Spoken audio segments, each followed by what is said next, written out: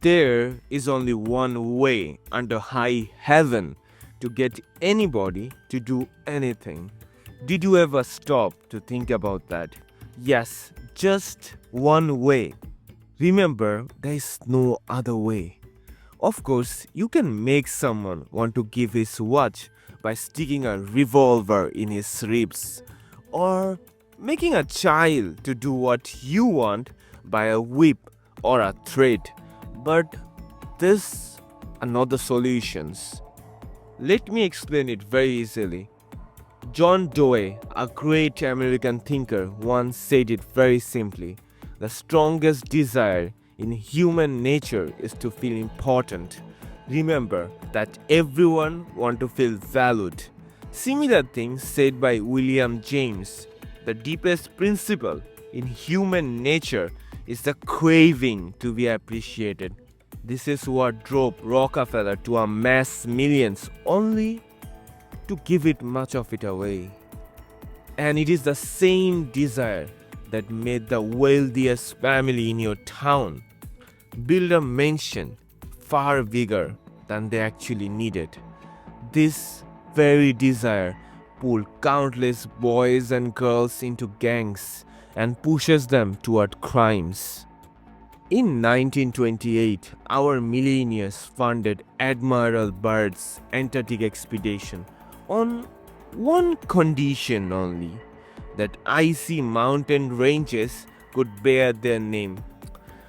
Think about that for a second. A person investing millions of dollars so someone could go to Antarctica and name a mountain to their name. What is the cause of this insanity? It's simply a feeling of importance that they were unable to achieve. Let me give you an example. Imagine a guy named Mark. Mark sat quietly in the office meeting, his ideas buried under louder and louder voices. No one ever asked for his thought, and over time, he stopped offering them. He felt invisible. One day, Sarah, a new team lead, turned to him and said, "Mark, what do you think?" The room fell silent. Surprised, Mark hesitated, then shared an idea. Sarah nodded. "That's brilliant, Mark. Let's go with that." For the first time in years, Mark felt valued. A simple moment changed everything. What's the moral of this story? The best thing you can do for someone is to make them feel important. People rise when they feel seen. Sincere appreciation is one of the secrets of the first John D. Rockefeller success in handling man. Let me tell you a story how John D. Rockefeller deal with people.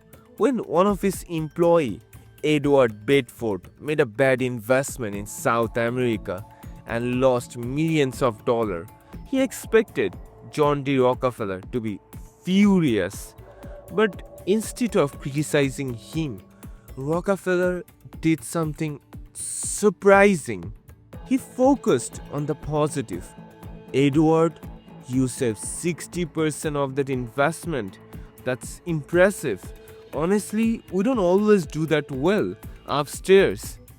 Instead of making Bedford feel worse, Rockefeller word lifted him up. Rockefeller knew that appreciation, not blame, brings out the best in people. The difference between appreciation and flattery is clear, so you should be very careful. Appreciation is real, it comes from the heart. Flattery, on the other hand, is just empty words coming from the teeth. One lifted people up with sincerity, the other tries to win favor with selfish intention. Remember, true appreciation is key to building trust and strengthening relationship.